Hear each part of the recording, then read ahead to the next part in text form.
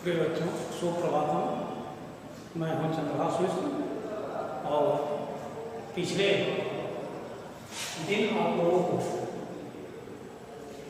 तुलसीदास जी द्वारा लिखित कवितावली कलंकाधन के द्वितीय भाग में आप सभी लोगों का स्वागत है। इसमें दूसरे पद्यांश के रूप में आपके पाठ्यक्रम में जो रखा गया है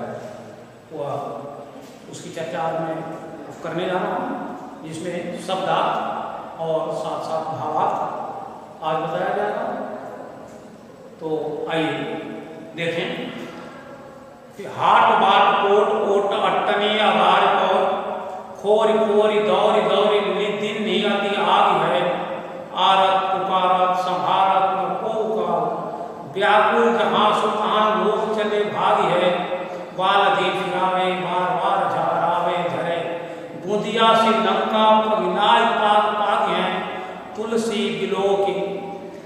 आपुलानी जात धानी कहें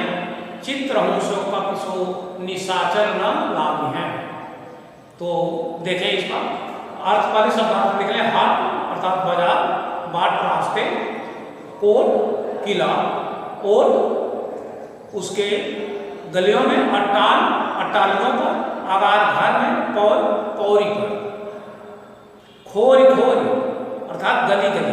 दौड़ी दौड़ी दौड़ दौड़ करके दिन नियति आ गए आग लगाने का काम करते हैं। दिन नियति आ गए अर्थात आग देने का काम करते हैं। आरत पुकारत, आरत व्याकुल हुए दुखी,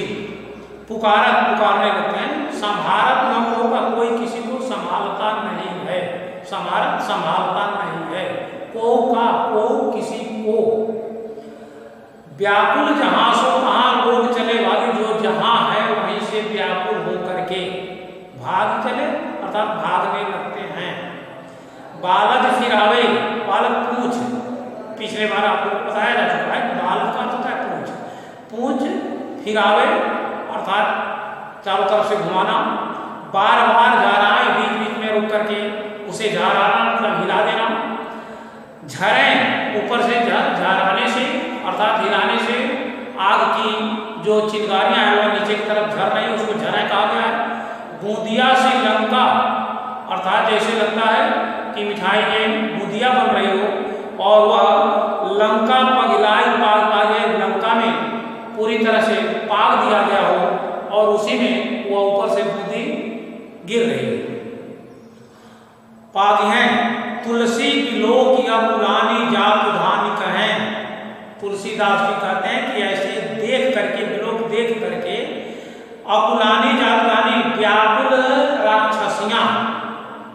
जातधानी राक्षसियां, जातधान राक्षस, तो यहाँ जातधानी कहें अर्थात राक्षसियां कहती हैं। चित्रहूं से कपि, चित्र के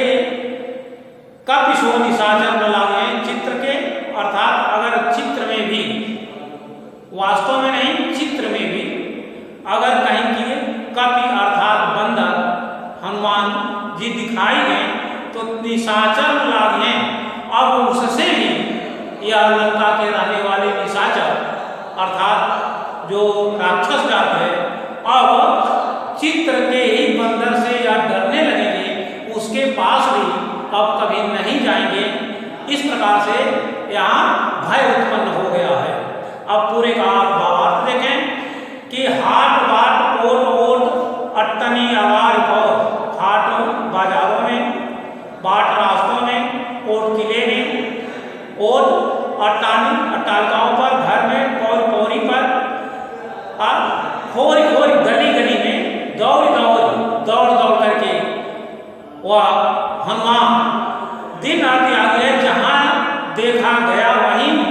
लंका के गली गली में गए, दीवारों पर, घरों में, बाजारों में, जहां देखिए वहीं क्या कर रहे हैं, आग लगा देते हैं।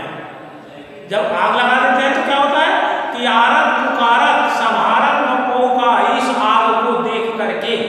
अर्थात हनुमान जब लंका दहन करते हैं तो उस आग को देख करके, कोई स्थान ऐसा नहीं है जहां आग न लगी हो, तो इस स्थिति को देख करके आरत अर्थात आर्त पुकार करते हैं, आर्तनाद करते हुए पुकारत सभी चिल्लाते हैं और पुकार अर्थात चिल्ला चिल्ला करके कि संभारत नो को काओ, कोई किसी को संभालने का काम नहीं करता है, कि कोई किसी को चुप नहीं कराता है, बल्कि सभी लोग व्याकुल होकर के पुकारते हैं, बचाओ बचाओ की आवाज करते हैं। आरत पुकारत का होता है बचाओ बचाओ, त्राहिमाम त्राहिमाम, ऐसे इसलिए यहाँ आरत पुकारत शब्द कहा गया है कि संभारत न को का, कोई किसी को संभाल नहीं रहा है, कोई किसी को चुप नहीं करा रहा है। व्याकुल जहां सो तहां लोग चले भागे, सभी लोग जो जहां है इस दृश्य को देख करके, अर्थात लंका दहन के दृश्य को देख करके जो जहां है वहीं से सभी लोग भागना शुरू करते हैं।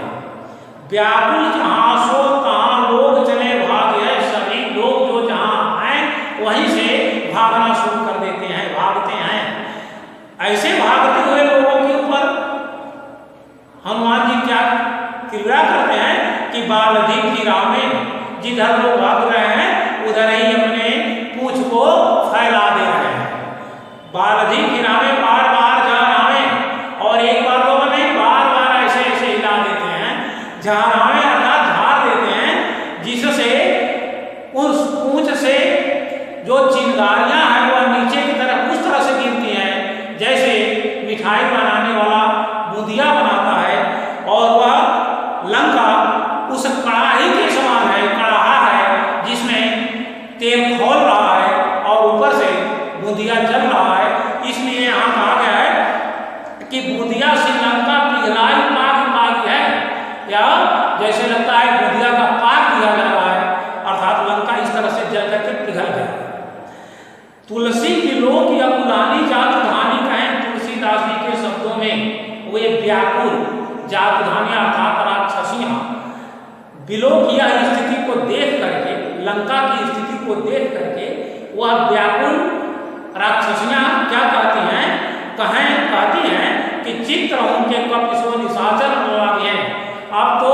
यह तो साक्षात कपि अर्थात बंदर अर्थात हनुमान जी हैं, तो अभी तो यह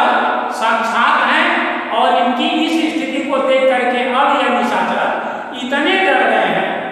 अर्थात इतने व्याकुल हो गए कि चित्र उनके कपिसो, और वास्तविक नहीं, अगर चित्र में भी कहीं, फोटो में भी कहीं अगर बंदर दिखाई दे दिया तो